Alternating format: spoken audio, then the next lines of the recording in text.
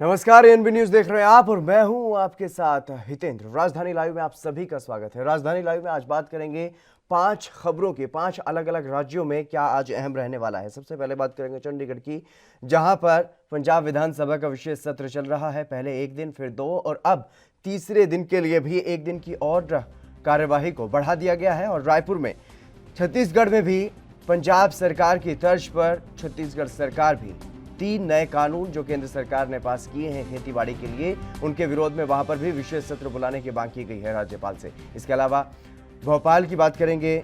मध्य प्रदेश में जिस तरीके से उपचुनाव है, वहां पर हमारे संवाददाता ने जनता के बीच जाकर के, मतदाताओं के बीच जाकर के उनकी राय जानी है, वो भी आपको सुनवाएंगे। और इसके अलावा बात करेंगे महाराष्ट्र की, जिस तरीके से महाराष्ट्र में कई जगहों पर भारी बारिश आई और वहां पर किसानों को काफी नुकसान हुआ है, उस पर अब सियासत तेज हो गई है। महाराष्ट्र के पूर्व सीएम देवेंद्र फडणवीस पर सीएम ठाकरे ने अब तंज कसा है और केंद्र सरकार से मदद की मांग भी की गई है।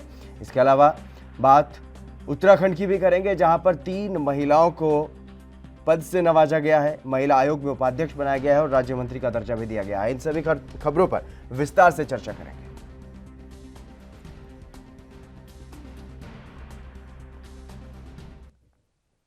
सबसे पहले बात करेंगे पंजाब की। पंजाब विधानसभा के विशेष सत्र की कार्यवाही को एक दिन के लिए और बढ़ा दिया गया है। और जब पहले विशेष सत्र सिर्फ एक दिन के लिए बुलाया गया था, फिर विपक्ष की मांग पर 2 दिन का किया गया और केंद्र सरकार के किसान कानूनों के विरोध में यह सत्र बुलाया गया। पंजाब सरकार की तरफ से जो बिल पेश किया जाना था, उसकी कॉपी की मांग विपक्ष के नेता करते रहे, लेकिन कॉपी नहीं मिलने पर पहले दिन सदन में हंगामा हुआ। रात भर प्रदर्शन भी किया गया, लेकिन दूसरे दिन सदन की कार्यवाही के दौरान पंजाब के सीएम ने केंद्र के कानूनों के खिलाफ प्रस्ताव पेश किया और 4 नए विधेयक भी पेश किए गए।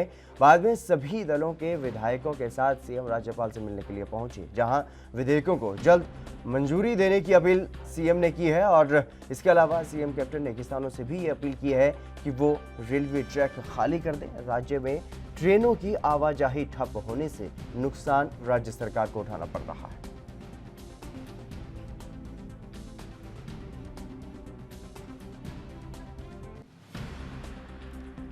पंजाब विधानसभा का ये विशेष सत्र जो है वो जारी है। और इस तरीके से पहले यह कहा गया कि पहले सिर्फ एक दिन का होगा, लेकिन विपक्ष की मांग को देखते हुए और इस महत्वपूर्ण मुद्दे को देखते हुए इसे 2 दिन का किया गया। लेकिन पहले दिन सदन में हंगामा हुआ, इसलिए कार्यवाही नहीं चल पाई और दूसरे दिन एक लंबा मंथन चला और जो कानून पेश किए गए हैं, पास किए गए हैं केंद्र सरकार की तरफ से, उनके खिलाफ प्रस्ताव पेश किया गया है।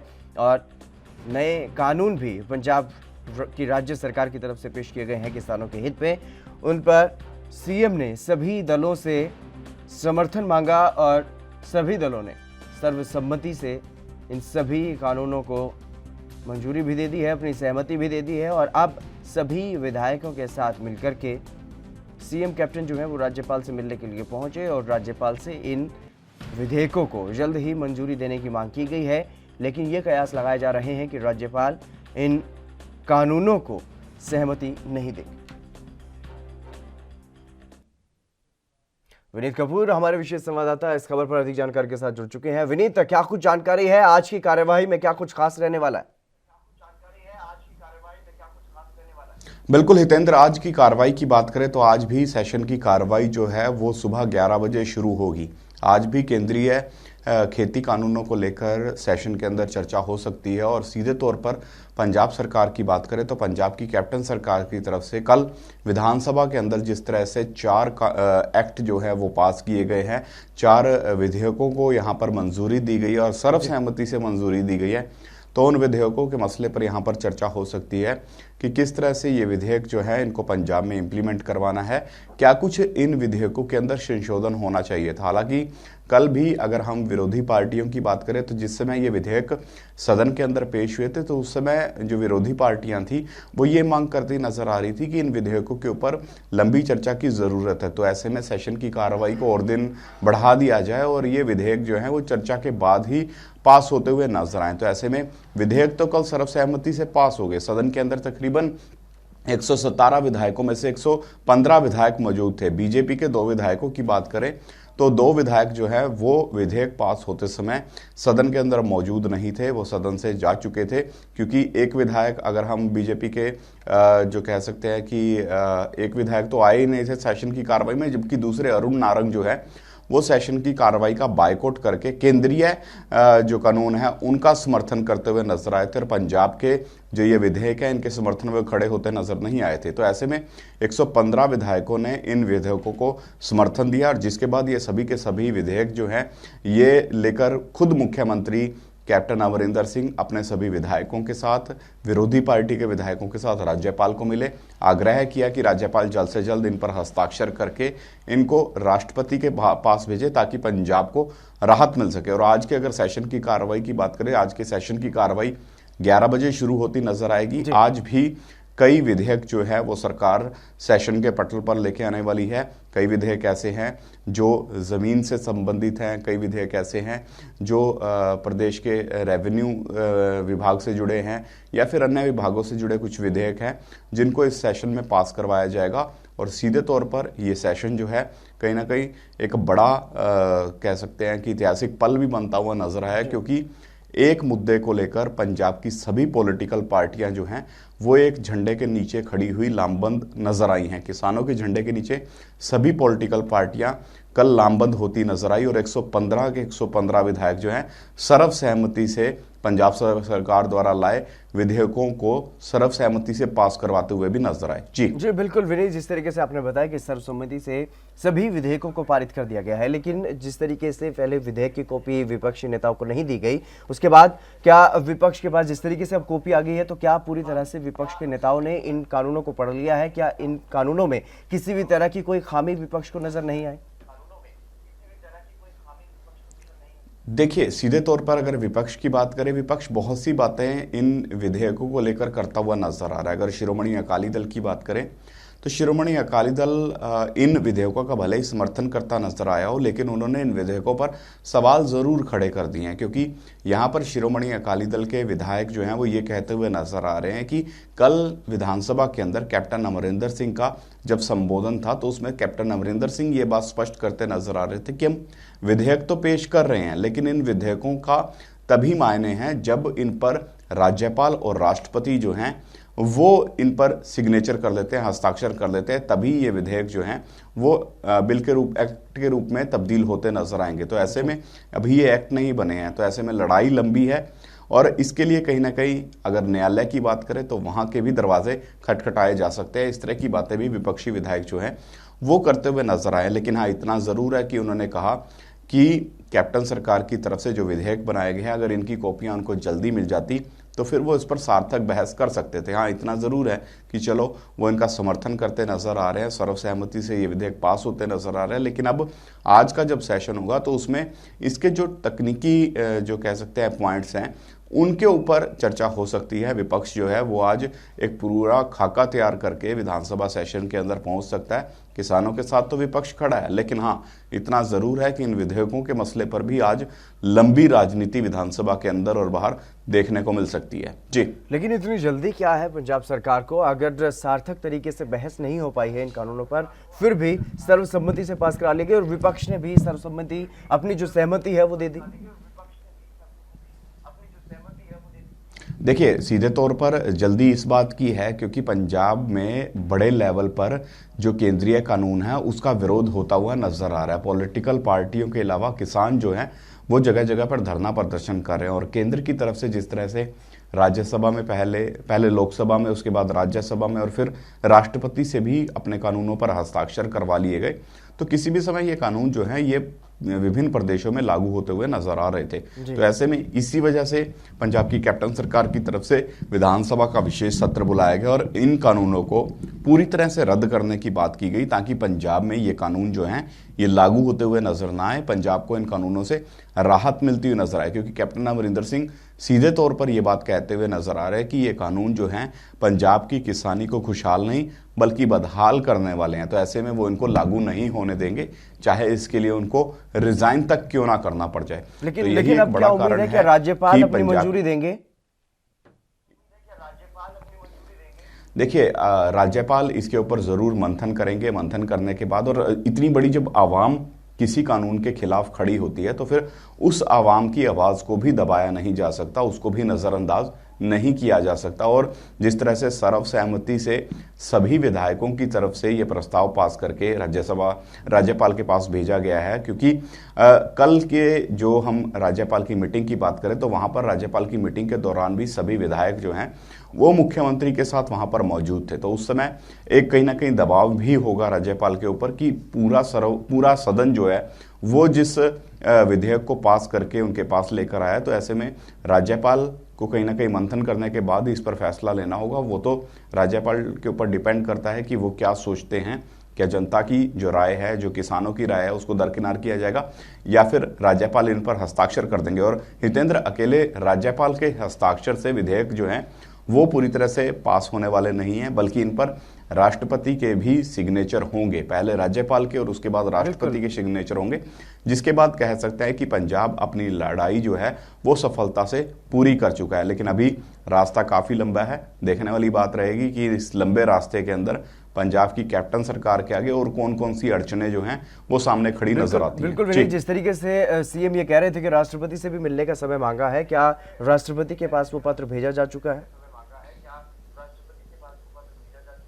बिल्कुल, राष्ट्रपति के पास पत्र भेजा जा चुका है और 1 नवंबर से लेकर 5 नवंबर तक का राष्ट्रपति से समय मांगा गया है कि 1 नवंबर से लेकर 5 नवंबर तक का कोई भी समय जो है वो राष्ट्रपति पंजाब के इन विधायकों को देने का काम करें, तभी ये सभी सर्वदलीय प्रतिनिधिमंडल जो है वो राष्ट्रपति से मिलेगा और कहीं ना कहीं उन्हें इस पूरी समस्या से सूचित करवाने का प्रयास करेगा कि अगर केंद्रीय कानून पंजाब में लागू होते हैं तो फिर पंजाब के किसानों पर इसका किस तरह का प्रभाव देखने को मिलेगा। उनको अवगत कराया जाएगा, उनको पंजाब के अंदर हो रहे जो प्रदर्शन है उसकी जानकारी दी जाएगी और ये भी बताया जाएगा कि इन प्रदर्शनों के चलते कितने किसान जो हैं उनको अपनी जान गंवानी पड़ी है। तो ऐसे में एक बड़ा विषय है, इसी विषय को लेकर यही देखने वाली बात है कि कब राष्ट्रपति पंजाब के इस सर्वदलीय प्रतिनिधिमंडल को समय देते हैं, ये कब सर्वदलीय प्रतिनिधिमंडल जो है वो पंजाब के मुख्यमंत्री की अगुवाई में राष्ट्रपति से मिलता है और तमाम मुद्दों पर उनके साथ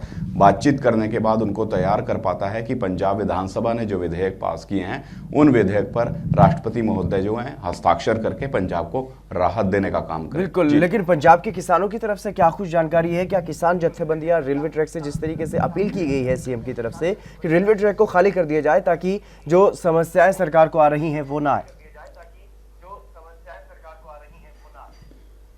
देखिए हितेंद्र, अगर रेलवे ट्रैक की बात करें तो कल भी मुख्यमंत्री कैप्टन अमरिंदर सिंह की तरफ से जो स्पीच दी गई थी विधानसभा के अंदर, जो उनका भाषण था उसके अंदर वो रेलवे ट्रैकों का जिक्र करते हुए नजर आए। वो इस बात का जिक्र करते हुए नजर आए कि रेलवे ट्रैक बाधित होने की वजह से पंजाब के जो थर्मल प्लांट है उनके अंदर लगातार कोयला जो है वो खत्म होने की कगार पर पहुंच चुका है।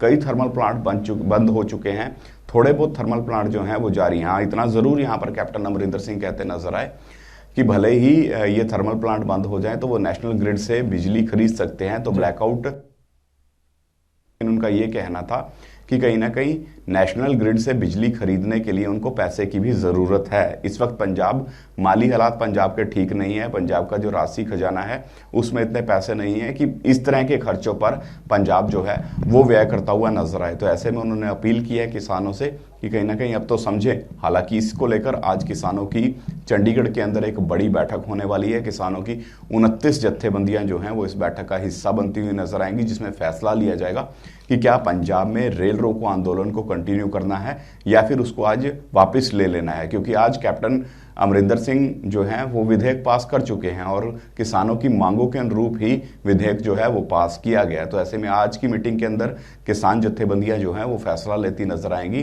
कि क्या कुछ रेल रोको आंदोलन का स्वरूप रहने वाला है। लेकिन हाँ, दूसरी तरफ कुछ किसान जत्थेबंदियां कल ही जब विधानसभा के अंदर विधेयक पास हुए थे उसी समय कैप्टन सरकार के इस फैसले का समर्थन करते हुए नजर आ रहे थे। लेकिन ओवरऑल आज मीटिंग में फैसला होगा, 29 जत्थेबंदियों की एक राय होगी, उस राय के बाद ही आंदोलनों की अगली रणनीति जो है वो तैयार होती नजर आएगी। जी बिल्कुल, जिस तरीके से आपने बताया कि किसान नेता जो है, किसान जत्थेबंदियां जो है वो पंजाब सरकार के फैसले के साथ खड़ी होती हुई नजर जरूर आई, लेकिन जिस तरीके से सीएम ने ये अपील की है तो मूड क्या कुछ लगता है, क्या ऐसा मूड लग रहा है फिलहाल किसान जत्थेबंदियों का कि वो रेलवे ट्रैक से उठेंगे? देखिए, सीधे तौर पर अगर किसान जत्थेबंदियों की बात करें तो जिस तरह से पंजाब की मंत्रियों की भी एक तालमेल कमेटी जो है वो लगातार किसानों के संपर्क में है, किसानों से बातचीत कर रही है और उनको हर समस्या से अवगत करवाया जा रहा है कि क्या कुछ समस्याएं जो हैं वो किसानों के आंदोलन की वजह से सरकार को पेश आ रही हैं। तो ऐसे में ज़रूर किसान जत्थेबंदियां जो हैं अब सरकार का जो तर्क है उसको भी जानने का प्रयास करेंगी, उसको भी समझने की कोशिश करेंगी, क्योंकि जहां किसानों के दर्द को पंजाब की कैप्टन अमरिंदर सिंह सरकार ने समझा है, सभी पॉलिटिकल पार्टियों ने समझा है, वही दर्द अब कहीं ना कहीं जो सरकार को हो रहा है उसको किसान जत्थेबंदियां भी समझने का काम कर सकती हैं। तो ऐसे में आज की मीटिंग अहम है, उसी मीटिंग के बाद ही कुछ कहना मुमकिन हो पाएगा हितेंद्र कि किसान जत्थेबंदियां जो हैं वो अगला फैसला क्या लेती हैं, क्योंकि आज किसानों की मांग के अनुरूप जरूर विधेयक विधानसभा के अंदर पारित हो चुके हों, लेकिन अभी उन पर राष्ट्रपति और राज्यपाल की मोहर लगनी बाकी है। तो ऐसे में क्या उस मोहर लगने का इंतजार किसान जत्थेबंदियां करेंगी या पहले ही जो रेल रोको आंदोलन है उसको वापस ले लिया जाएगा? और अगर रेल रोको आंदोलन वापस लिया जाता है तो अन्य जो आंदोलन चल रहे हैं उसको लेकर किस तरह की रणनीति बनाई जाती है, ये भी एक बड़ा सवाल है। तो मीटिंग के बाद ही हम कुछ कह पाएंगे इस पर स्पष्ट रूप से कि क्या किसान जत्थेबंदियां कैप्टन अमरिंदर सिंह की अपील को समझेंगी, क्या उसको मानते हुए रेलवे ट्रैकों को खाली कर दिया जाएगा और क्या इस पर यात्री ट्रेनें भी चलने दी जाएंगी या केवल मालगाड़ियों के लिए रेलवे ट्रैक जो हैं वो खाली होते नजर आएंगे। जी जी बिल्कुल, तमाम जानकारी देने के लिए विनीत बहुत बहुत शुक्रिया आपका। तो आज फिर से विधानसभा में कार्यवाही जो है वो होनी है और किसानों के मसले पर आज फिर से चर्चा पंजाब विधानसभा में हो सकती है। चलिए बढ़ेंगे अगली खबर की तरफ। केंद्र सरकार के बनाए गए कृषि कानूनों को लेकर के कई राज्यों में विरोध जारी है। खासतौर पर कांग्रेस शासित राज्यों की सरकारें इसे अपने राज्य में रद्द करने पर विचार कर रही हैं। पंजाब सरकार ने इन कानूनों के खिलाफ विधानसभा में प्रस्ताव पेश भी कर दिए हैं और वहीं अब छत्तीसगढ़ में भी विशेष सत्र बुलाया गया है। छत्तीसगढ़ में किसानों को लेकर के नए कानून बनाने की कवायद तेजी से चल रही है और 27 और 28 अक्टूबर को विधानसभा का विशेष सत्र वहां पर बुलाया गया है। सरकार ने फैसला किया है कि वो किसानों को कोई नुकसान ना हो, इसलिए छत्तीसगढ़ में नए कानून बनाएगी। और वहीं अब राज्यपाल की भूमिका पर भी सवाल उठ रहे हैं कि इस सत्र को मंजूरी मिलेगी या नहीं। इस पर भी बीजेपी और कांग्रेस आमने सामने है। का सत्र बुलाया जाता है, विशेष सत्र बुलाया जाता है, तो राज्यपाल महोदय इस मामले में जानकारी मांग सकती है कि ऐसी कौन सी आवश्यक चीज आ गई, ऐसा कौन सा आवश्यक विषय आ गया, ऐसी कौन सी इमरजेंसी आ गई, ऐसी कौन सी बाढ़ आ गई, ऐसी कौन सी आपदा आ गई जिसके कारण विशेष सत्र बुलाना आवश्यक है। ये राज्यपाल का अधिकार है कि राज्यपाल विषय को पूछ सकते हैं। और जब अभी यहाँ पर मरवाही का चुनाव 3 तारीख को है, तो ऐसे समय पर विधानसभा का सत्र बुलाया जाना मतदाताओं को प्रभावित करना। क्या लगता है इससे टकराव की स्थिति दिखाई दे रही है? टकराव की स्थिति नहीं है, टकराव जो है सरकार जानबूझकर कर रही है। जब मालूम है कि विशेष सत्र के लिए आपको बताना होगा कि विशेष सत्र की आवश्यकता क्यों है, नहीं तो 21 दिन के नोटिस पर सत्र बुलाया जाना चाहिए। तो उसका जवाब बना के हम आज शाम से पहले भेज देंगे और यदि उसके बाद भी मैं समझता हूँ कि उसके बाद भी अनुमति नहीं मिलेगी, ऐसा मुझे नहीं लगता। अनुमति मिलनी चाहिए और यदि नहीं मिलता तो आप हम साथ हैं, आगे चर्चा करेंगे। परमेश्वर लहरी हमारे संवाददाता इस खबर पर अधिक जानकारी के साथ हमारे साथ जुड़ गए हैं। परमेश्वर, क्या कुछ जानकारी है, किस तरीके से क्या कुछ रणनीति छत्तीसगढ़ सरकार की इन कानूनों के खिलाफ?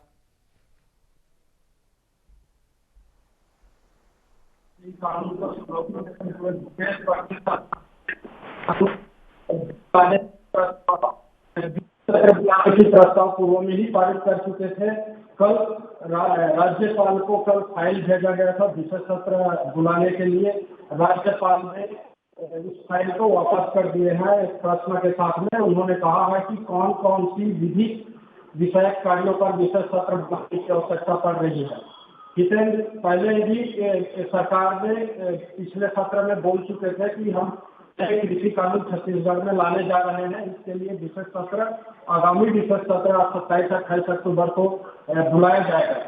लेकिन ऐसे में राज्यपाल और राज्य सरकार की टकराव बढ़ती ही जा रही है। राज्यपाल नई जमीन तलाश रही है और केंद्र सरकार की एजेंडा को लागू करने में लगी हुई है। ये कोई बड़ी मुद्दा नहीं थी कि विशेष सत्र को रोका जाए। पूर्व में ही ये चर्चा हो चुकी है, चर्चा चल रही है। जहाँ गैर बीजेपी शासित जो प्रदेश है उस प्रदेश में राज्यपाल केंद्र सरकार की एजेंडा को लागू करने में लगे हुए हैं।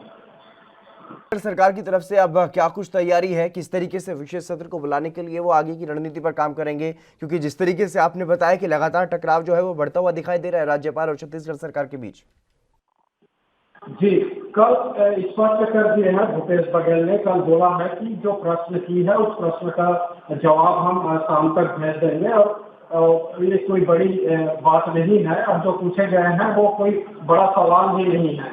कौन कौन से विधेयक कार्यों के विशेष सत्र बुलाए जा रहे हैं वो स्पष्ट है कि विशेष सत्र बुलाने की आवश्यकता इसलिए पड़ी है कि राज्य में किसान को धान बिक्री के लिए 1 नवंबर से उसको तैयारी करना पड़ता है और किसान किसी भी तरह के इस धान खरीदी में कोई व्यवधान किसान को पैदा ना हो, इसलिए विशेष सत्र पहले 27-28 अक्टूबर को उन्होंने कानून न्याय पारित करने के बाद में किसान को राहत देंगे। और दीपावली के लिए एक बड़ा उपहार भी सोच के रखा है राज्य सरकार ने। लेकिन ऐसी परिस्थिति में जो टकराव चल रही है कि राज्यपाल और राज्य सरकार की, ऐसे परिस्थिति में देखा जाए तो अभी दोनों की टकराव जो है रुकने और थमने की नाम नहीं ले रही है। अब ये टकराव कहाँ तक जाकर थमेगी ये बता पाना भी संभव नहीं है। की तरफ से क्या कुछ बयान सामने आ रहे हैं, किस तरीके से इस पर आपत्ति जताई जा रही है? क्या विशेष सत्र को बुलाया नहीं जाना चाहिए? बीजेपी के तरफ से तो ऐसा बयान आ रहा है कि विशेष सत्र बुलाने की क्या आवश्यकता है। अभी विधानसभा चुनाव मरवाही में चल रहे हैं, तो उस परिस्थिति में अगर विशेष सत्र बुलाया जा रहा है तो कहीं ना कहीं वो चुनाव को प्रभाव कर सकता है। जिस तरीके से आपने बताया कि चुनाव को प्रभावित करने के लिए ये आरोप जो है वो छत्तीसगढ़ सरकार पर लगाए जा रहे हैं, लेकिन छत्तीसगढ़ सरकार की तरफ से या फिर कांग्रेस की तरफ से इस पर कोई पलटवार? कांग्रेस की तरफ से पलटवार किए हैं। रविंद्र चौबे ने कहा है कि विशेष सत्र की हम पहले से चर्चा कर चुके हैं। चुनाव जब घोषणा नहीं हुई थी उसके पहले से हम इस विशेष सत्र बुलाने की प्रस्ताव रख चुके थे। इसके अलावा क्या कुछ जानकारी है? अगर विधानसभा का विशेष सत्र बुलाया जाता है तो क्या विधेयक जो छत्तीसगढ़ सरकार लेकर के आने वाली है उसकी पूरी तैयारी हो चुकी है? जी, छत्तीसगढ़ सरकार ने पूरी तैयारी कर ली है और नया कानून जो कृषि बिल का मसौदा तैयार हो चुका है, अब उसको विधानसभा में विशेष सत्र में वो उसे पारित करना होगा। पंजाब विधानसभा में देखने को मिला पूरी की पूरी विधानसभा, अगर भारतीय जनता पार्टी के 2 विधायकों को छोड़ दें तो पूरी की पूरी विधानसभा एकमत नजर आई इन कानूनों के खिलाफ। और जो नए कानून पास किए गए, नए विधेयक जो पेश किए गए विधानसभा में, उनको सर्वसम्मति से पास कर दिया गया है। ऐसी रणनीति बना रही है क्या छत्तीसगढ़ सरकार भी? क्या अपने विधायकों को अपने पक्ष में लेने के लिए कोशिश की जा रही है छत्तीसगढ़ में? बिल्कुल, राज्य सरकार सरकार ने पूरी तैयारी कर ली है और पूरे विधायक को अपने साथ में लेके तैयारी कर रहे हैं और कोई भी प्रकार के व्यवधान न पैदा हो, इसलिए पूरे अपने सारे विधायक को एक जगह बुलाकर उसे इस विशेष सत्र की जानकारी देते हैं। कहीं ना कहीं जो बीजेपी के नेता हैं वो भी इन कानूनों के खिलाफ अपना जो विरोध है वो जताने के लिए कहीं ना कहीं मजबूर हो रहे हैं और बीजेपी से अलग हो रहे हैं। क्या ऐसी ही स्थिति छत्तीसगढ़ में भी है? क्या कोई ऐसा बीजेपी का नेता या बीजेपी का कोई विधायक जो इन कानूनों के खिलाफ हो? नहीं, नेता प्रतिपक्ष द्वारा धर्मलाल कौशिक के द्वारा लगातार बयान दे रहे हैं कि ये विशेष सत्र जो बुलाया जा रहा है वो कहीं ना कहीं चुनाव को प्रभावित कर सकते हैं। छत्तीसगढ़ सरकार की तरफ से क्या कुछ कानूनी पहलुओं पर, जो कानूनी पहलू हैं उन पर क्या चर्चा की जा रही है? क्या मंथन किया जा रहा है कि अगर राज्यपाल विशेष सत्र नहीं बुलाते हैं तो किस तरीके से वो राज्यपाल को चुनौती देंगे? जी, कल भूपेश बघेल ने स्पष्ट कर दिया है कि अगर राज्य सरकार इस बात के लिए तैयार नहीं होते हैं विशेष सत्र के लिए तो हम विशेष सत्र बुलाएंगे, हमें कोई नहीं रोक सकता। और लोकतंत्र में चुने हुए सरकार को इस तरह से हस्तक्षेप करना भी शोभनीय नहीं है। किस तरीके से चुनौती देंगे? क्या इस बारे में कोई रणनीति, कोई जानकारी आपको पता चली है? जी, भूपेश बघेल ने कल यह कहा है कि अगर राज्यपाल हमारी बात को नहीं मानते हैं, नहीं सुनते हैं, तो भी हम विशेष सत्र बुलाएंगे, हमें कोई नहीं रोक सकता। तमाम जानकारी देने के लिए बहुत बहुत शुक्रिया आपका। तो जिस तरीके से पंजाब में जो नए कानून अब पेश किए जा रहे हैं, नए विधेयक जो पेश किए गए हैं, हालांकि राज्यपाल और राष्ट्रपति की मंजूरी जो है वो बहुत ज़रूरी है, लेकिन विधानसभा में सर्वसम्मति से जिस तरीके से पंजाब में ये विधेयक पास किए गए हैं, ऐसी ही कुछ तैयारी छत्तीसगढ़ सरकार भी कर रही है। विशेष सत्र बुलाने की अपील राज्यपाल से की गई है, लेकिन राज्यपाल और सरकार के बीच, छत्तीसगढ़ सरकार और राज्यपाल के बीच अब टकराव की स्थिति जो है वो देखने को मिल रही है। इसमें आगे क्या होगा ये देखने वाली बात होगी। अब बात करेंगे उत्तराखंड के मुख्यमंत्री त्रिवेंद्र सिंह रावत ने नवरात्र के मौके पर 3 महिला कार्यकर्ताओं को बड़ी सौगात दी है। राज्य महिला आयोग में उपाध्यक्ष पद पर 3 महिलाओं को नियुक्त किया गया है। मुख्यमंत्री त्रिवेंद्र सिंह रावत ने नवरात्र के अवसर पर राज्य महिला आयोग में उपाध्यक्ष पद और राज्य मंत्री का दर्जा भी इन्हें दिया है। 3 तलाक के खिलाफ राष्ट्रीय स्तर पर आवाज उठाने वाली गाजीपुर की महिला सायरा बानो को महिला आयोग में उपाध्यक्ष बनाया गया है और इसके अलावा रानीखेत की ज्योति शाह और चमोली की पुष्पा पासवान को भी उपाध्यक्ष बनाया गया है। आपको बताते चलें, सायरा बानो हाल ही में 10 अक्टूबर को बीजेपी की सदस्यता उन्होंने ग्रहण की है।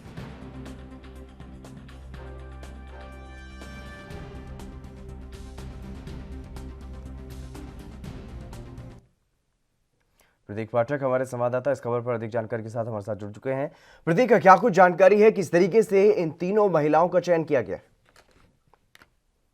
बिल्कुल हितेंद्र, बताना चाहूंगा, राज्य महिला आयोग की उपाध्यक्ष 3 महिलाओं को बनाया गया है। साथ ही आपको बता दूं, सायरा बानो वह सायरा बानो जो 3 तलाक के विरोध में उन्होंने सुप्रीम कोर्ट में एक याचिका डाली थी, जिसके बाद कहीं ना कहीं वो उनका नाम चर्चा में साथ आया था। जिसके साथ ही आपको बता दूं 10 अक्टूबर को उन्होंने बीजेपी ज्वाइन की है, जिसके बाद एक बड़ी जिम्मेदारी सरकार की तरफ से दी गई है, उनको उपाध्यक्ष बनाया गया है। काशीपुर की रहने वाली है सायरा बानो।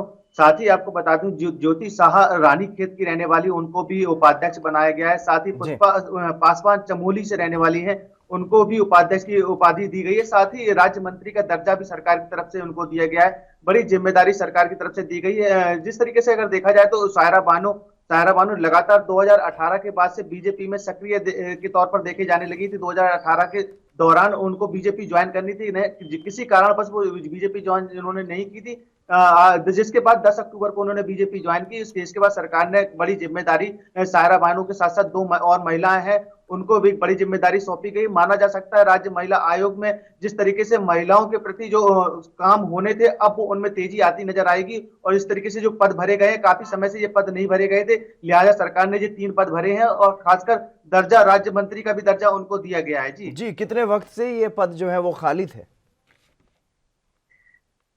बिल्कुल हितेंद्र, काफी लंबा समय हो गया था। राज्य महिला आयोग के उपाध्यक्ष अभी घोषित नहीं किए गए थे, लिहाजा इसके कि जो काम है वो कहीं ना कहीं पेंडिंग पड़े हुए थे। इसके चलते जो 3 पद जो भरे गए हैं, उससे कहीं ना कहीं महिला के द्वारा जो महिलाओं को जो उत्पीड़न लगातार जो हुआ कर रहा था, उसको लेकर निस्तारण जो किए जाने थे वो कहीं ना कहीं लंबित हो रहे थे, जिसको लेकर आज जो 3 पद जो भरे गए हैं, उससे कहीं ना कहीं महिलाओं को भी काफी लाभ मिलता हुआ देखेगा। और सायरा बानो आपको बता दूं 3 तलाक को लेकर लगातार विरोध करती नजर आई हैं। 2016 में भी उन्होंने सुप्रीम कोर्ट में जिस तरीके से याचिका डाली थी, सक्रिय थी। और साथ ही जो बीजेपी का घोषणा पत्र था, उसमें 3 तलाक के कानून को लेकर जो बात की गई थी, उसको लेकर काफी प्रभावित सायरा बानो रही हैं। जिसके बाद 2018 में भी उन्होंने अपनी जग जाहिर की थी कि वो कहीं ना कहीं बीजेपी में शामिल हो, लेकिन फिलहाल उसके बाद काफी लंबा समय बीत गया और अब कहा जा सकता है पीएम मोदी से वो काफी प्रभावित थी। और साथ ही अब 10 अक्टूबर को उन्होंने जिस तरह से कहा जा सकता है बीजेपी ज्वाइन किए, काफी लंबा समय उन्होंने तय करते हुए आज बीजेपी ज्वाइन जिस तरीके से किए, तो माना जा सकता है काफी बड़ा दर्जा अब सरकार की तरफ से उनको दिया गया है। सायरा बानो को कहीं ना कहीं बड़ी जिम्मेदारी अब दी गई है राज्य सरकार में, तो अब ऐसे में उनकी क्या कुछ प्रतिक्रिया सामने आई है, किस तरीके से वो आगे काम करेंगे? बिल्कुल हितेंद्र, माना जा सकता है कि महिलाओं के लिए लगातार वो खड़ी रही हैं सामने, और ऐसे में जो राज्य महिला आयोग की उपाध्यक्ष उनको बनाया गया है, कि कहा जा सकता है कि अब वो महिलाओं के प्रति कहीं ना कहीं जागरूकता के साथ वो काम करती नजर आएंगी। उनका साफ तौर पर कहना है महिलाओं के साथ लगातार जो उत्पीड़न हो रहे हैं और जो तमाम तरह की जो गतिविधियां महिलाओं के साथ हो रही है, उसके लिए वो लगातार सक्रिय रहेंगे और लगातार महिलाओं के लिए खड़ी रहेंगी। जी, और इसके अलावा ज्योति और पुष्पा का जो चयन किया गया है वो किस आधार पर किया गया है? बिल्कुल हितेंद्र, राज्य महिला आयोग की उपाध्यक्ष ज्योति शाह हो या रानीखेत से चाहे पुष्पा पासवान हो, उनको भी कहीं ना कहीं बड़ी जिम्मेदारी सरकार की तरफ से दी गई है। सरकार ने लगातार कुछ महिलाओं को लेकर लगातार सौगातें भी दी हैं। 3 तलाक को जिस तरीके से बीजेपी ने हटाया है, एक कानून लेके आई है, तो महिलाओं के प्रति जागरूकता दिखाते नजर आए। साथ ही आपको बता दूं, सरकार ने एक नई सौगात पूर्व सैनिक ब्लॉक प्रतिनिधियों को भी लेकर भी दी है। जिस तरीके से देखा जाए, जो मानदेय था उनका तकरीबन 5,000 का जो मानदेय था, उनके मानदेय में वृद्धि की गई है। 2,000 की वृद्धि उनके मानदेय में भी की गई है। साथ ही उनके भत्ते में भी वृद्धि की गई है। तकरीबन 1,000 रुपए का भत्ता उनका बढ़ाया गया। ऐसे में उनके अंदर भी कहीं ना कहीं उत्साह का माहौल भी देखने को मिल रहा है। लगातार अब उत्तराखंड सरकार लगातार लोगों को सौगात देती नजर आ रही है। हालांकि अभी 1.5 साल चुनाव के दरमियान रह गए। ऐसे में लगातार जो सौगातें जनता के प्रति दी जा रही है, उससे कहीं ना कहीं लोगों में उत्साह का माहौल भी देखने को मिल रहा है। जी, जिस तरीके से आपने बताया कि लोगों में कहीं ना कहीं उत्साह का माहौल देखने को मिल रहा है, लेकिन जो इन 3 महिलाओं को खास उपाधि दी गई है, राज्य मंत्री का दर्जा भी इन्हें दिया गया है, तो इसके बारे में सरकार की तरफ से क्या कुछ जानकारी दी है? आखिरकार राज्य मंत्री का दर्जा इन्हें क्यों दिया गया है? बिल्कुल सुनील, बिल्कुल हितेंद्र, बताना चाहूंगा कि जो राज्य महिला आयोग का उपाध्यक्ष काफी समय से ये लंबित जो पद चल रहे थे, उसको लेकर कहीं ना कहीं सरकार गंभीरता दिखाती नजर आ रही थी। साथ ही एक चुनावी स्टैंड भी इसको कहा जा सकता है हितेंद्र, क्योंकि अभी तकरीबन 1.5 साल से कम बचा है चुनाव का। तो ऐसे में पूरी लगातार कहा जा सकता है बीजेपी अपनी गोटियां बैठाने में फिट बैठती नजर आ रही है। तमाम जो कार्य है उसको दिखाने के साथ साथ सरकार ये कहती नजर आ रही है कि हम महिलाओं के साथ हैं, हम हिंदू मुस्लिम, जो जिस तरीके से एक बांटा गया था हिंदू मुस्लिम में बीजेपी को, तो ऐसे में सायरा बानो को लाने का एक तरीका है जिस तरीके से दिखाया गया है, तो कहीं ना कहीं मुस्लिम वोट को भी खींचने की जद्दोजहद में अब कहीं ना कहीं बीजेपी दिखती नजर आ रही है। क्योंकि जिस तरीके से राज्य महिला आयोग के उपाध्यक्ष के साथ साथ राज्य मंत्री का जो दर्जा दिया गया है, ये गंभीर समस्या रही है कि जो राज्य आयोग में जहां पर महिलाओं के प्रति जो उत्पीड़न हो रहा था, उसको कहीं ना कहीं जो लंबित कार्य थे वो कहीं ना कहीं नहीं किए जा रहे थे। साथ ही जहां पर राज्य कहा जा सकता है दर्जा प्राप्त मंत्री का जो दर्जा उनको दिया है, ऐसे में कैबिनेट का विस्तार भी सरकार को करना चाहिए था, क्योंकि विपक्ष लगातार इस पर सवाल भी उठा रहा था, क्योंकि कैबिनेट का विस्तार तकरीबन 3.5 साल से ज्यादा हो गया और ऐसे में कैबिनेट का विस्तार नहीं हुआ है। कैबिनेट मंत्री अभी 2 कैबिनेट मंत्री और बनाए जाने थे, लेकिन अभी तक कैबिनेट मंत्रियों का विस्तार नहीं किया गया है। तो तमाम सारे सवाल इसको उठाकर भी देखे जा सकते हैं कि चुनावी स्टंट को देखते हुए ये कहीं ना कहीं ये बड़ा फैसला भी सरकार की तरफ से लिया जा सकता है। जी, तो कहीं ना कहीं चुनाव की तैयारियां अब शुरू कर दी गई हैं। जिस तरीके से बाकी के जो तमाम राजनीतिक दल हैं वो सक्रिय होते हुए दिखाई दे रहे हैं, सरकार ने भी अब ये बड़ा फैसला इसीलिए लिया है ताकि चुनाव में आगे की तैयारियां जो है वो आगे की जो रणनीति है उसको मजबूत बनाया जा सके। निश्चित तौर पे हितेंद्र, सायरा बानो काफी चर्चित महिला भी रही है और बीजेपी ज्वाइन करने के बाद इतनी बड़ी जिम्मेदारी यहाँ से सरकार की तरफ से दी गई, तो एक तरफ से सोच ये भी कही जा सकती है कि महिलाओं को कहीं ना कहीं प्रोत्साहन बढ़ाने के लिए, महिलाओं के प्रति जो जागरूकता दिखाने के लिए भी सरकार ने ये काम किया है कि सायरा बानो एक महिला और मुस्लिम महिला है। साथ ही जिस तरीके से चुनाव के दौरान उनको रिझाने का काम कहीं ना कहीं महिला को सरकार कर सकती है, जिसके चलते ये बड़ी जिम्मेदारी सरकार की तरफ से दी गई। तमाम तरह के शिलान्यास भी सरकार लगातार करती जा रही है। अपना बखान करने के लिए एक लंबी बड़ी फौज खड़ी की है। कार्यकारिणी की जो लंबी फौज है जिसमें 136 सदस्य है, उसमें तमाम तरह के पदाधिकारी भी लगातार मौजूद हैं।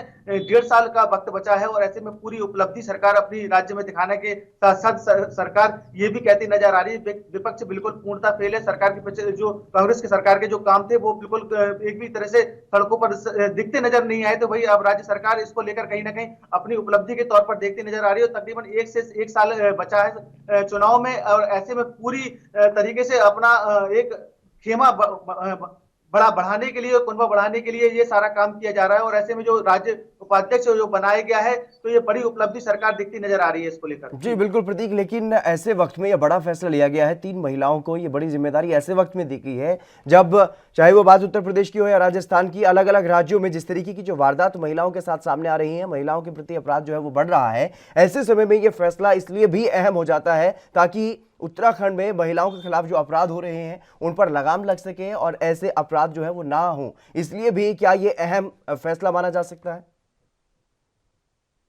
निश्चित तौर पे हितेंद्र, फैसला काफी हद तक सही रहेगा, क्योंकि जिस तरीके से देखा जाए महिलाओं को लेकर लगातार उत्पीड़न हो रहा था, चाहे फिर अन्य राज्य हो चाहे फिर उत्तराखंड राज्य हो, तमाम तरह की बलात्कार की घटनाएं लगातार सामने आ रही थी। ऐसे में कहीं ना कहीं जो केस पेंडिंग लगातार किए जा रहे थे उससे कहीं ना कहीं महिलाओं में जो निराशा थी वो कहीं ना कहीं देखने को मिल रही थी। ऐसे में बड़ा एक जो पद दिया है, उपाध्यक्ष का पद महिलाओं को दिया गया है, क्योंकि सायरा बानो काफी सक्रिय महिला रही है। 3 तलाक हो या फिर हलाला जैसी कुनीतियां हैं, उनके खिलाफ लगातार लड़ती रही हैं। तो कहा जा सकता है ऐसी सक्रियता दिखाकर कहीं ना कहीं जो महिलाओं के प्रति उत्पीड़न जो हो रहा है अब उसमें निस्तारण किया जा सकेगा। ऐसे में 3 महिलाओं को जो जिम्मेदारी सरकार की तरफ से दी गई है वो अहम जिम्मेदारियां हैं। सरकार इसको लेकर भी कहीं ना कहीं गंभीरता दिखाती नजर आ रही थी, और लिहाजा जिसके कि अब जो 3 पद भरे गए हैं उससे अब जो निस्तारण किया जाना है, जो महिलाओं की जो प्रति जो उत्पीड़न लगातार हो रहा था उसमें जल्द से जल्द अब कार्रवाई होना शुरू हो जाएंगी।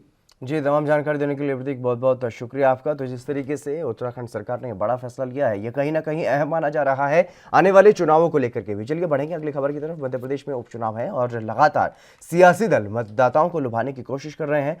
प्रदेश में मुरैना जिले की 5 विधानसभा सीट सुमावली, जोरा, दिबिनी, अंबाह, मुरैना पर कांग्रेस विधायकों को पिछले चुनाव में जीत मिली थी, लेकिन इस्तीफा देने के बाद अब सभी बीजेपी में शामिल हो चुके हैं, इसलिए यहां पर उपचुनाव होने हैं। बता दें कि सुमावली से बीजेपी के ऐदल सिंह कंसाना और कांग्रेस के अजब सिंह कुशवाहा, जोरा से बीजेपी के सूबेदार सिंह और कांग्रेस से पंकज उपाध्याय, दिबिनी से बीजेपी के गिरिराज और कांग्रेस के देवेंद्र सिंह, अंबाह से बीजेपी के कमलेश सिंह जाटव और कांग्रेस से सत्यप्रकाश सखवार, मुरैना से बीजेपी के रघुराज सिंह कंसाना और कांग्रेस से राकेश मवई चुनावी मैदान में हैं। हमारे संवाददाता ने मतदाताओं के बीच जाकर के उनकी राय जानने की कोशिश की है।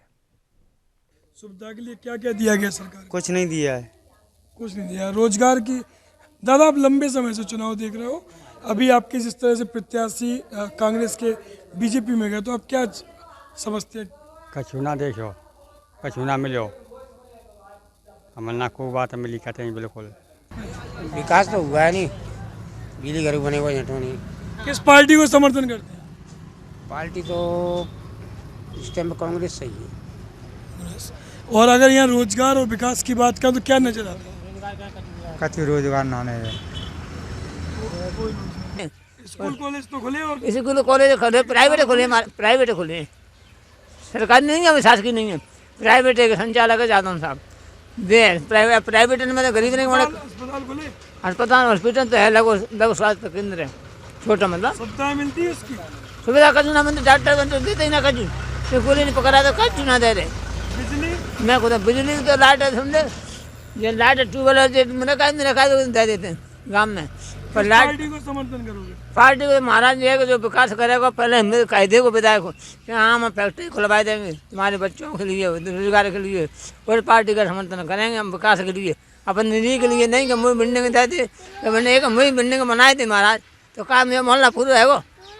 इससे क्या, अरे चुनाव में जी शराब पैसा बटता है कुछ नहीं, शराब पैसा तो हम पहुंच गए हैं ग्वालियर चंबल क्षेत्र की मुरैना विधानसभा सीट की जोरा सीट पे। यहाँ पर हम जानेंगे विकास के मुद्दे, कितनी क्या योजनाओं का लाभ आपको यहाँ मिलता है और कितने लाभ मिलता है योजना का, और किस तरह विकास, शिक्षा और चिकित्सा और कुटीर प्रधानमंत्री आवास मिल रहा है? हाँ, दिलवाया था। अच्छा, यहाँ की अगर बात करें तो किस प्रत्याशी के लिए आप चुनेंगे? सूबेदार सिंह रहे होता। सूबेदार सिंह। तो यहाँ पर जिस तरीके से पूर्व में कांग्रेस की सत्ता थी, अब चूंकि बीजेपी की है, क्या मानेंगे आप, क्या किसको समर्थन करेंगे? सूबेदार है, करेंगे सूबेदार सिंह को करेंगे। तो साफ है विकास के मुद्दे पे कहीं ना कहीं सामने आ रही, लेकिन मूलभूत रोजगार की हम बात करें, रोजगार है यहाँ पर? हाँ, रोजगार साहब हो। आपके बच्चे रोजगार क्या करते हैं? बच्चे मजदूरी करते हैं साहब। मजदूरी रोजगार है। पढ़े शिक्षित कितने हैं? कर्मचारी ऐसे 2-4 लोग हैं, मतलब शिक्षित भी हैं। कितनी शिक्षा है आपकी? शिक्षा आपकी बैठेगी 40-45 की बैठेगी। 40-45 की आसपास। शिक्षा कितने तक पढ़ाई की है? बच्चों ने कितने तक पढ़ाई की था? बच्चों ने मतलब कितने की पढ़ाई करी थी स्कूल में? 10-11 का 10-11 क्लास तक पढ़े, 10 भी पढ़ा है, 11वीं तक पढ़े हैं। एक बच्चे भी हैं पीछे, सामने आए। बेटा कितनी शिक्षा है आपकी? Class 9th। बाकी दूर पड़ता है कि पास पड़ता है? पास पढ़ता है। पास पड़ता है। तो हम और भी लोगों की प्रतिक्रिया जानेंगे, पहुंचाएंगे, और ज़मीनी हकीकत क्या बोलती है इस क्षेत्र की, एक एक बारीकी और रिपोर्ट कार्ड हम आपके सामने प्रस्तुत करेंगे।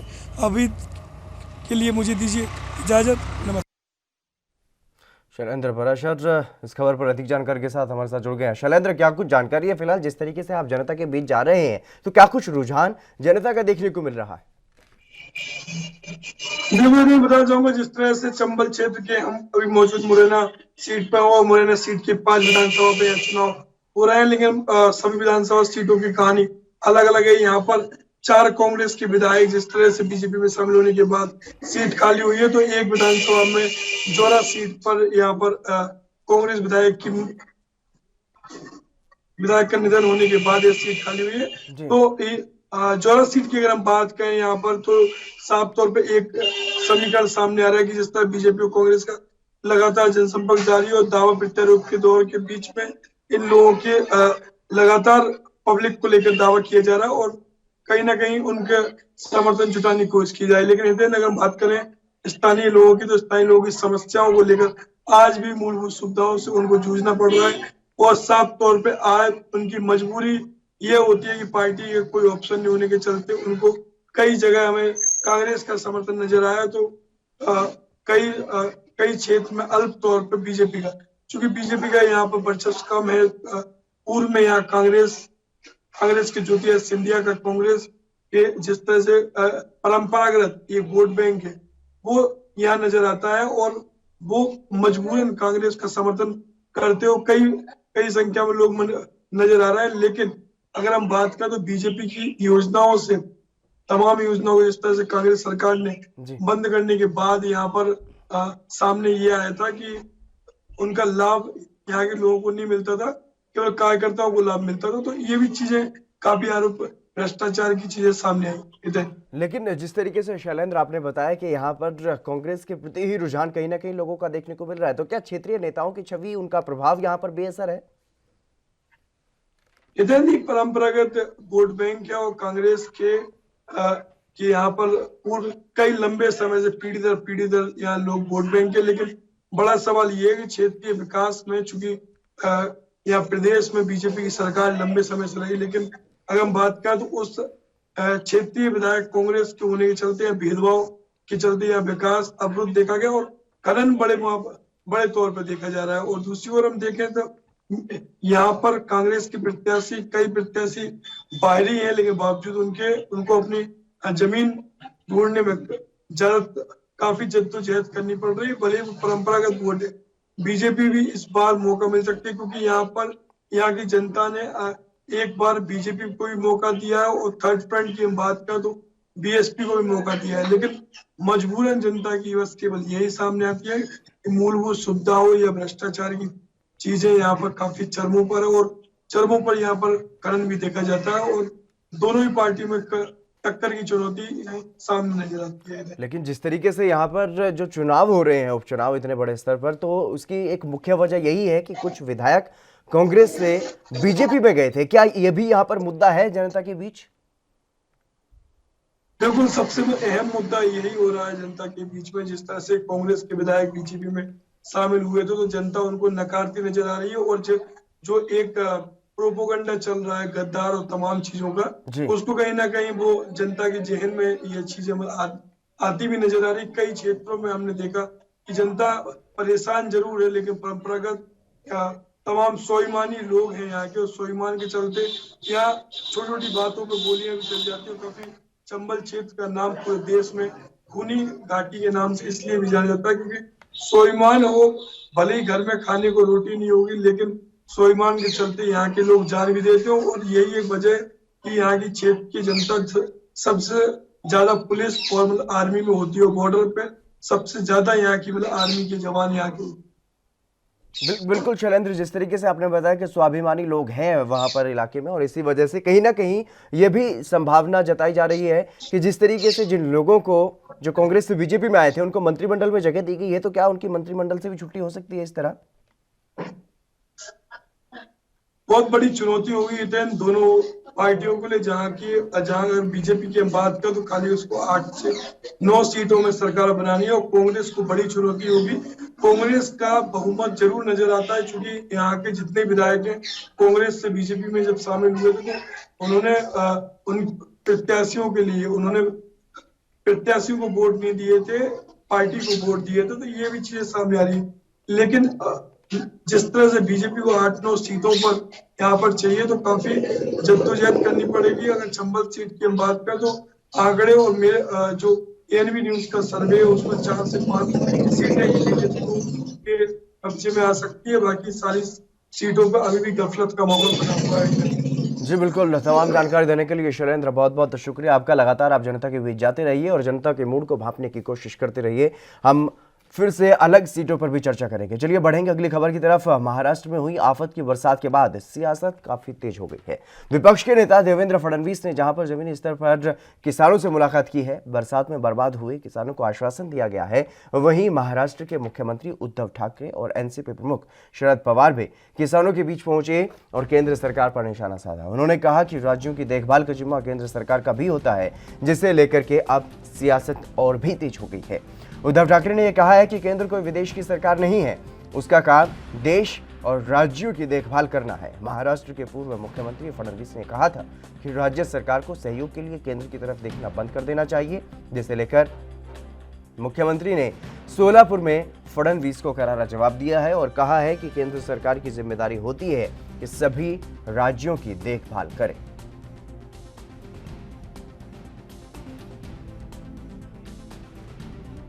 जिस तरीके से महाराष्ट्र में अलग अलग जगहों पर भारी बारिश का जो कहर है वो देखने को मिला है, किसान काफ़ी प्रभावित हुए हैं, बाढ़ भी आई है और इसी को देखते हुए अब जो नेता हैं, चाहे वो सत्ता पक्ष के हैं चाहे वो विपक्ष के हैं, लगातार जनता के बीच जा रहे हैं, किसानों के बीच जा रहे हैं, उनकी समस्या को सुन रहे हैं और समस्या के समाधान के लिए आश्वासन भी दिया जा रहा है, चाहे वो केंद्र सरकार की तरफ से हो या फिर राज्य सरकार की तरफ से हो।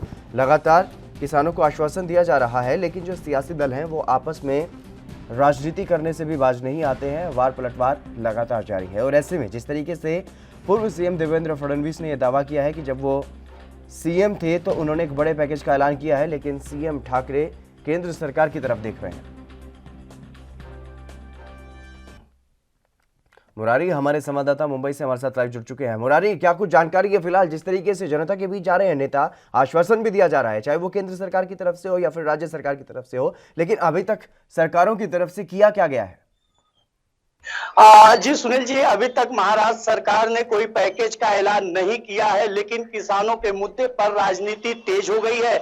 जहां पूर्व मुख्यमंत्री देवेंद्र फडणवीस ने महाराष्ट्र के कई जिलों का दौरा किया और मुख्यमंत्री उद्धव ठाकरे पर निशाना साधते हुए कहा कि केंद्र को देखने की जरूरत नहीं है, तत्काल किसानों को मदद पहुंचाए और किसानों की जो नुकसान हुई है उसकी भरपाई करें। वहीं महाराष्ट्र के मुख्यमंत्री ने अपने दौरे में कल जहां सांगली गए थे, उन्होंने अपने मीडिया से बात करते हुए कहा कि केंद्र सरकार सिर्फ जो है विदेश की नहीं पूरे देश की है, हर राज्य को देखना केंद्र सरकार की जवाबदारी है। जबकि कांग्रेस नेता बाला साहब थोराट ने देवेंद्र फडणवीस पर तीखा हमला करते हुए कहा कि महाराष्ट्र के किसानों का कर्ज अगर तत्काल उनका मदद पहुंचाना है तो केंद्र सरकार के पास जो महाराष्ट्र की जीएसटी है या बकाई रकम है, केंद्र सरकार तत्काल महाराष्ट्र सरकार को प्रोवाइड करे ताकि जल्द से जल्द किसानों का मदद किया जाए। बयानबाजी जारी है, लेकिन कहीं से कोई मदद मिलती हुई दिखाई नहीं दे रही है। क्या ठाकरे सरकार ने कोई ऐलान किया है किसानों की मदद के लिए?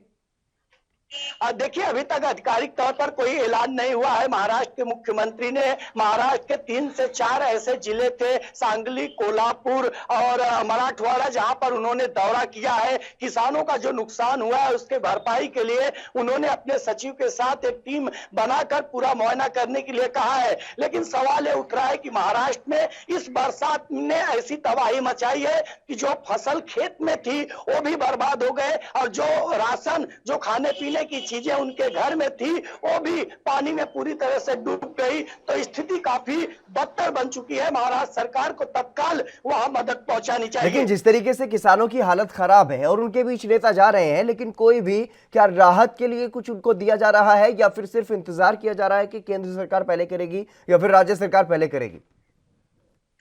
देखिए, मदद के नाम पर अभी भी धाक के 3 पात है। 4 से 5 दिन गुजर गया है, लेकिन महाविकास आघाड़ी इस मामले में कोई गंभीरता नहीं ली है। हालांकि एनसीपी प्रमुख शरद पवार ने जब महाराष्ट्र का दौरा किया उसके बाद उन्होंने राज्य सरकार को कहा कि आप कर्ज लीजिए लेकिन किसानों को मदद पहुंचाइए। वहीं कर्ज की बात को लेकर के जहां एक तरफ कांग्रेस विरोध कर रही है केंद्र सरकार से बकाया जीएसटी और महाराष्ट्र सरकार के जो पैसे हैं वो मांग रही है ताकि किसानों को मदद पहुंचाया जाए। तो वही विरोधी पक्ष नेता देवेंद्र फडणवीस ने दो टूक में कहा है कि पहले किसानों को मदद पहुंचाए उसके बाद राजनीति करें। जी, लेकिन वहीं सीएम की तरफ से यह भी कहा जा रहा है कि उन्होंने पीएम से बात की है, उन्होंने आश्वासन दिया है हर संभव सहयोग करने का। तो इस बारे में क्या कुछ जानकारी है?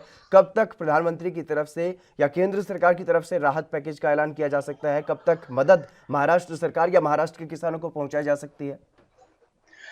देखिए सुनील जी, इस मामले में महाराष्ट्र के मुख्यमंत्री उद्धव ठाकरे ने शुक्रवार दोपहर 2 बजे के बाद जो है प्रधानमंत्री से बातचीत की थी। उद्धव ठाकरे की माने तो उनका कहना है कि प्रधानमंत्री ने उन्हें आश्वासन दिया है कि हर संभव वो मदद करेंगे, लेकिन किस तरीके की मदद होगी और ये मदद कब तक पहुंचेगी इस पर निगाहें टिकी हुई है, क्योंकि स्थिति काफी खराब होती जा रही है। राज्य सरकार जहां केंद्र के सहारे बैठी हुई है, वहीं केंद्र सरकार उद्धव ठाकरे से बात करते हुए आश्वासन दिया है। देखना होगा कि राहत की सांस किसान कब ले पाते हैं। महाराष्ट्र सरकार इन किसानों के लिए कितना जल्दी मुआवजा या उनको राहत पहुंचा पाती है। लेकिन प्रभावित किसानों की कितनी समस्याएं बढ़ती हुई नजर आ रही हैं, उनकी तरफ से क्या कुछ प्रतिक्रियाएं सामने आ रही हैं? देखिए सुनील जी, अगर जीरो ग्राउंड की बात करें तो कई ऐसे गांव हैं जहां पर खाने पीने के लाले पड़ चुके हैं, क्योंकि घर में रखी जो सामग्री थी वो बरसात के पानी में बह चुका है। खेत में जो फसल तैयार थे वो पानी में डूब चुके हैं। अगर फल की बात करें तो इन इलाकों में जो है संतरे की खेती काफी अच्छी होती है, अनार की खेती काफी अच्छी होती है, लेकिन बरसात में ऐन फसल तैयार के समय पर जिस तरीके से कोहराम मचाया है कि किसानों के लाले पड़ चुके हैं, जबकि सरकार सिर्फ राजनीति करती हुई दिखाई दे रही है। जी, वो परेशान है, लेकिन जो सियासी दल हैं वो राजनीति कर रहे हैं। तो ऐसे में आखिरकार किस तरीके से किसानों को राहत वहां पर मिलती हुई दिखाई देगी? आखिरकार कब तक किसान जो है वो इंतजार करता रहेगा कि उसे कुछ राहत मिलेगी? देखिए, किसानों की तरफ से लगातार जो है सरकार की तरफ किसान आंख उठाकर देख रहा है। किसान के लिए सरकार भगवान के बाद दूसरा रूप होता है, क्योंकि एक किसान जो है सरकार की उम्मीद पर टिके होते हैं कि अगर कोई आपदा आती है, अगर उस आपदा में हम बर्बाद होते हैं तो ये सरकार, हमारे जो माई बाप है, ये हमें सहयोग करेगी, ये हमें मदद करेगी। लेकिन महाराष्ट्र पहले से ही किसानों की स्थिति काफी खराब थी। पहले ही बरसात में काफी फल भाजी के जो फसल थे वो बर्बाद हो चुके थे, और अब आखिरी टाइम पर जो धान की फसल थी वो पूरी तरह से तैयार थी। 2-4 दिन में इनकी कटाई होनी थी, लेकिन बरसात में जिस तरीके से उत्पात मचाया है, महाराष्ट्र सरकार को इस मामले में तत्काल गंभीरता लेना चाहिए और ऐसे उन तमाम गांवों का सर्वे करना चाहिए जो अभी भी बाढ़ से प्रभावित हैं, जिनके घर में खाने पीने की सामग्री नहीं है, उन्हें तत्काल मदद पहुंचानी चाहिए। नहीं स्थिति और भी खराब हो सकती है। जी सुनील जी। जी बिल्कुल, तमाम जानकारी देने के लिए बहुत बहुत शुक्रिया मुरारी आपका। तो जिस तरीके से महाराष्ट्र में जो स्थिति देखने को मिली, भारी बारिश और बाढ़ भी आई और उससे किसान अब काफी प्रभावित हैं। राज्य के जो सियासी दल हैं, सियासी दलों के जो नेता हैं, सीएम हो या फिर विपक्ष के नेता हो, वो लगातार जनता के बीच जा रहे हैं, किसानों के बीच जा रहे हैं, लेकिन उनको राहत अभी तक नहीं पहुंचाई जा रही है। इस पूरे मामले पर सियासत जो है वो और भी ज्यादा तेज होती हुई दिखाई दे रही है। फिलहाल इस खास कार्यक्रम में बस इतना ही। आप देखते रहिए ANP न्यूज़।